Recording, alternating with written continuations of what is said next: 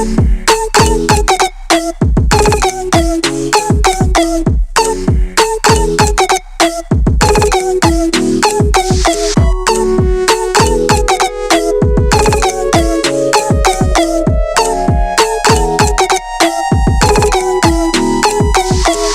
à tous, j'espère que vous allez bien. Bienvenue encore une fois à un nouvel épisode de The Purpose Talk.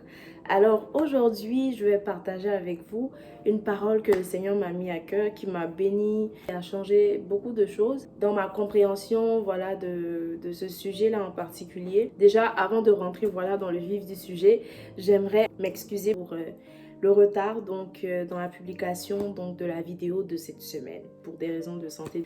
Je n'ai pas pu filmer et poster la vidéo le vendredi. Ceci étant dit, aujourd'hui, comme j'ai dit, je vais partager avec vous une parole que le Seigneur m'a mis à cœur. Lorsque le Seigneur m'a parlé de ça, ça m'a permis de réaliser beaucoup de choses et ça a débloqué une certaine compréhension que je n'avais pas avant. Donc, comme vous pouvez voir le titre, ton ennemi le plus fort est en toi. Déjà, en tant que chrétien, on est tout le temps pressé à mettre un visage sur nos problèmes, sur nos situations, surtout les situations difficiles. Voilà, on est toujours pressé à dire que je sais que c'est elle, je sais que c'est la famille de mon père, de la famille de ma mère, c'est tel sorcier, etc. On va même jusqu'à mettre des visages sur nos problèmes, des visages qu'on connaît. Donc des visages comme non, c'est mon père, je sais, je suis conscient que c'est mon père qui fait en sorte que je suis au même niveau. Non, c'est ma mère, non, c'est ma tante, c'est elle la sorcière de la famille. Donc c'est clairement elle si je ne trouve pas du travail, c'est clairement elle si, etc. Et on est pressé, on est tellement pressé de faire ces conclusions-là. Parce que généralement, je pense qu'on est habitué à ça. C'est-à-dire, on a pris l'habitude de prier contre les sorciers, contre des ennemis externes. Voilà, donc du coup, on prie contre telle personne, mais ça ne revient jamais à nous. On se concentre tellement sur ces ennemis externes-là qu'on oublie qu'on a des ennemis en nous, des ennemis internes. Nos caractères, nos attitudes, nos émotions, nos désirs, etc. Donc ça, ce sont nos ennemis internes. Et ce sont nos ennemis que j'appellerais des ennemis sans visage. Parce que ton oncle, qui selon toi est le sorcier de la famille, il a un visage. C'est ton oncle. Donc c'est le visage de ton oncle que tu associes à tes problèmes. Mais ces ennemis internes-là, ces ennemis qui sont en nous, là, sont des ennemis sans visage parce que c'est très rare qu'on les cible ou on les cible presque jamais. Voilà, et c'est ça le problème. Alors que très souvent, ce sont ces ennemis internes-là qui sont les plus forts. Et je ne vais même pas dire très souvent, dans la majorité des cas. Je ne suis pas en train de dire que lorsqu'il y a des problèmes, ce ne sont pas les sorciers. On ne doit pas prier contre les sorciers, on ne doit pas prier contre la sorcellerie. On ne doit pas faire attention à notre entourage. On ne doit pas continuer dans le combat spirituel. C'est très important et on doit continuer, on doit être conscient de ces choses. Oui, c'est important. Mais ce que je suis en train de dire, c'est qu'il faudrait qu'on puisse ne pas seulement se concentrer sur les ennemis externes, mais se concentrer aussi et principalement même, j'ai envie de dire, sur les ennemis internes. Donc les ennemis internes, comme j'ai dit, ton caractère, ou pour ne pas dire tes caractères, tes attitudes, tes émotions, et puis tes désirs.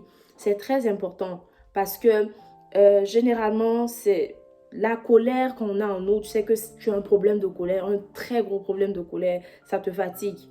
Mais tu ne vas jamais prier contre cet esprit de colère-là. Alors que c'est cet esprit, c'est cette colère-là qui est le plus grand de tes ennemis. Et c'est cet ennemi-là qui te combat, qui t'empêche d'avancer. Souvent même, les ennemis qu'on a l'habitude d'attaquer, le diable et ses confrères, ses consoeurs, ils sont au repos.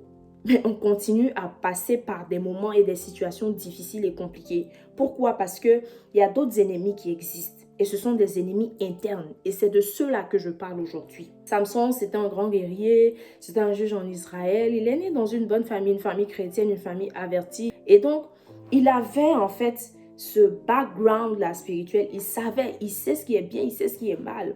Voilà, donc, qu'est-ce qui a fait qu'il a chuté? On va dire Delilah. On sera très pressé de dire, mais c'est Delilah, c'est la femme et tout. Non. Delilah a juste été une actrice dans sa chute, mais ce n'est pas elle le plus grand facteur de sa chute. C'est le désir et la convoitise. Et ça, c'est un ennemi interne.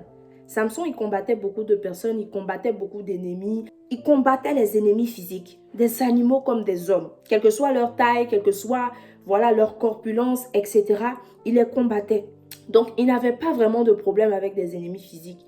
Mais il n'a pas pu cibler cet ennemi interne-là. Et c'est cet ennemi-là qui lui a fait du mal. C'est cet ennemi-là qui a fait en sorte qu'il chute. C'est cet ennemi-là qui a fait en sorte que son histoire se termine comme on le sait. Prenons le cas aussi de Moïse. Moïse, le peuple d'Israël, ils énervaient aussi. Le peuple d'Israël se plaignait beaucoup. Le peuple d'Israël, etc., etc. Mais son ennemi le plus grand, c'est la colère. Et c'était un ennemi interne.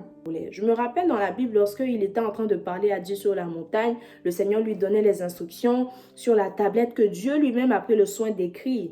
Lorsque Dieu a fini, il lui a dit, écoute, je pense qu'il est temps pour toi de descendre parce que voilà ce que le peuple d'Israël est en train de faire. Ils ont créé, voilà, une statue, ils sont en train d'adorer, etc. Donc, moi, je veux que tu descendes. Et voilà. Mais moi, le Seigneur, je sais que je vais les frapper parce que c'est un peu têtu, etc., etc. Le Seigneur était fâché. Et là, Moïse est en train de plaider pour le peuple d'Israël.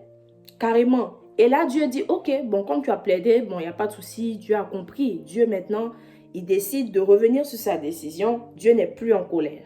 Là, Moïse descend et moi, je m'attends carrément à une toute autre réaction. Mais je suis surprise de voir que Moïse s'énerve, il jette les tablettes, ça se casse, juste parce qu'il surprend le peuple d'Israël dans l'acte. Mais je me suis posé beaucoup de questions parce que j'étais comme, mais tu savais, le Seigneur t'avait déjà dit, le Seigneur t'avait déjà préparé et c'était toi qui plaidais la cause du peuple d'Israël. Pourquoi tu descends et tu t'énerves? Et puis en plus, ce n'est pas une petite colère, tu casses tout.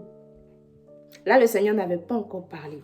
Il est remonté. Le Seigneur lui a dit, bon, cette fois-ci, c'est toi-même qui vas écrire. Comme premièrement, c'est moi qui ai écrit. Tu t'es levé, tu as jeté. Parce que tu ne sais pas comment on écrit. Mais la deuxième fois, c'est toi qui vas écrire. C'est juste ça. Le Seigneur n'a pas parlé de cette réaction-là. Mais lorsque le Seigneur a parlé de ça, c'est lorsque il a frappé le rocher au lieu de parler. Et là encore, on voit le problème de colère. La colère était son ennemi le plus grand. Le numéro 1 de ses ennemis. Et c'est ça qui a fait en sorte que son histoire s'est terminée comme ça. En plus de Moïse, il y avait aussi David, l'homme selon le cœur de Dieu. Mais il a péché. C'était quoi son ennemi? C'était pas un ennemi physique, c'était pas un sorcier dans la ville qui a lancé un sort à David. C'est sa convoitise. Il a convoité cette dame-là qui était en train de se laver calmement dans son coin. Et puis voilà, les choses se sont passées. Les choses ont succédé d'autres choses. Et puis, nous sommes arrivés là où nous sommes arrivés. Il y a beaucoup de choses après qui sont arrivées dans le royaume juste à cause de ça. Et donc, je veux aujourd'hui que tu puisses réaliser ça et tu te remettes en question. Parce que, vous savez, en réalité, ces ennemis qui sont en nous là, ces ennemis sans visage qui sont à l'intérieur de nous, détruisent nos cœurs et nous rendent incompatibles en fait à la percée que Dieu a réservée pour nous, à la bénédiction que Dieu a réservée pour nous. Donc, je veux vraiment qu'on puisse s'examiner nous-mêmes en fait, déterminer, cibler en fait ces ennemis-là. Parce que c'est important, c'est très important d'en parler.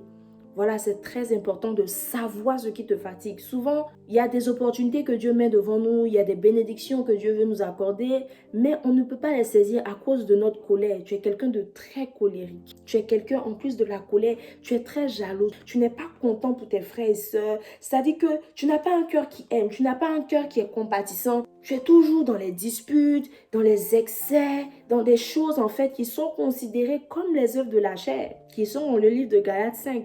Alors que la parole de Dieu nous dit clairement que si nous disons être ou appartenir à Jésus, nous devons crucifier notre chair, ses passions et ses désirs. Et aussi, si nous dites que nous sommes de l'esprit, nous marchons par l'esprit, nous vivons par l'esprit, nous devons manifester le fruit de l'esprit. Moi, je suis venue aujourd'hui, voilà, t'aider en fait à comprendre que tu n'as pas seulement des ennemis physiques, tu as aussi des ennemis en toi, des ennemis sans visage qui sont à l'intérieur de toi. Alors je veux juste aujourd'hui que tu prennes la peine de t'asseoir 2 minutes et de réfléchir sur ces pensées-là, de réfléchir sur cette parole-là et de t'examiner toi-même. Vois ce qui ne va pas, les attitudes que tu as, les caractères que tu as, les comportements que tu as. Tu sais que ça ne marche pas. Tu sais que non, normalement je ne dois pas être comme ça, je ne dois pas me comporter comme ça. Je ne dois pas avoir cette attitude-là. Il y a certains désirs que tu as et puis voilà, certaines passions que tu as. Tu sais que non, ça ne glorifie pas le nom de Dieu. Mais c'est quelque chose, je me suis tellement habituée à ça. J'ai l'impression que c'est un trait de caractère. Et c'est ce que l'ennemi veut nous faire comprendre. Il veut te faire comprendre que mais non, c'est toi, c'est ce qui fait que tu es différente, c'est ce qui te rend unique. Ou c'est ce que le monde essaie de nous faire comprendre, de nous faire accepter. Voilà, mais c'est ce qui fait ton unicité, mais c'est ce qui fait toi, mais en fait c'est ta personnalité, il n'y a aucun problème avec ça. Non, on doit comprendre que non. En fait, c'est un mensonge du diable pour nous empêcher de voir l'ennemi qui se trouve en fait dans cette attitude ou dans ce caractère-là. Alors, je veux vraiment que tu reconnaisses tes ennemis en toi aujourd'hui. Parce qu'il y en a beaucoup d'entre nous, on est chrétiens, mais on a beaucoup d'ennemis intérieurs. Dès qu'on te parle d'une certaine façon, tu as des répliques. Et souvent même, tu te vantes d'avoir du répondant. Mais en fait, c'est le diable qui est en train de te blaguer. Parce que tu n'as pas du répondant en fait, c'est ton ennemi. Le fait de te comporter comme ça, cette attitude de parler mal aux gens là, c'est pas avoir du répondant. Tu dois pas te glorifier ou être content de ça. Au contraire, c'est ton ennemi. Mais le diable t'empêche de voir cette attitude-là comme ton ennemi. Pour que, en fait, tu continues à rester à ce stade où tu es. Pour que tu restes bloqué. Donc, j'ai cité juste quelques-uns. Mais tu sais de quoi je parle. Donc, c'est ce que j'ai voulu partager avec toi aujourd'hui. Voilà, et finalement, ce que tu dois retenir après cette histoire de reconnaître ses ennemis intérieurs, il faut que tu saches que les bénédictions de Dieu sont attirées vers les personnes qui sont porteuses de paix et de pardon. Et surtout, les personnes qui marchent selon le fruit de l'esprit. Tu pourras regarder le livre de Psaume 34, mais aussi Galates 5, verset 20. Donc, c'est très important. Donc, si vraiment tu veux que les bénédictions de l'Éternel t'atteignent, si tu veux vraiment que, voilà, le Seigneur te bénisse, tu veux vraiment toucher ta percée, il faut vraiment que tu puisses analyser ce côté-là aussi parce que c'est très important. Voilà, donc tu pries chaque année, tu vas à l'église, tu te dis cette année c'est mon année, tu fais tout ce qu'il y a à faire, tu payes tes dîmes, tu vas à l'église, en tout cas à l'église tu fais tout ce que tu peux faire. Tu pries même, tu es dans le combat spirituel, tu chasses les démons chaque nuit, mais tu vois que les choses n'avancent pas. Ça ne te fatigue pas? Est-ce que tu n'es pas fatigué en fait de rester à ce même niveau-là? Tu ne veux plus avancer avec le Seigneur? Tu ne veux pas plus? Est-ce que tu n'es pas fatigué en fait de voir ces bénédictions-là ne jamais arriver? Ça peut ne pas être un test, comme quoi non, il faut attendre vraiment le temps de Dieu. Ça peut ne pas être un problème de temps de Dieu. Tu peux être dans la saison dans laquelle la bénédiction doit arriver et la bénédiction n'arrive toujours pas. Donc c'est toi maintenant qui es en train de rater la bénédiction. À cause de quoi? Des ennemis intérieurs. J'espère que tu as été béni. Alors n'hésite pas à liker, à commenter, à partager la vidéo, mais surtout à t'abonner à cette chaîne pour plus de contenu. Alors, mon nom est Anora, créatrice des plateformes de Purpose Talk et Brave Daughters. Sinon, la semaine prochaine, j'aurai une surprise, donc un contenu surprise pour vous. Donc, c'est le contenu que j'avais voulu vous proposer cette semaine, mais malheureusement, je n'ai pas pu. Mais on bénit le Seigneur, voilà, qui nous fait grâce de pouvoir entendre cette parole. Amen. Donc, on se retrouve la semaine prochaine pour un autre épisode de The Purpose Talk. Et sur ce, je vous dis à la semaine prochaine et que Dieu nous bénisse.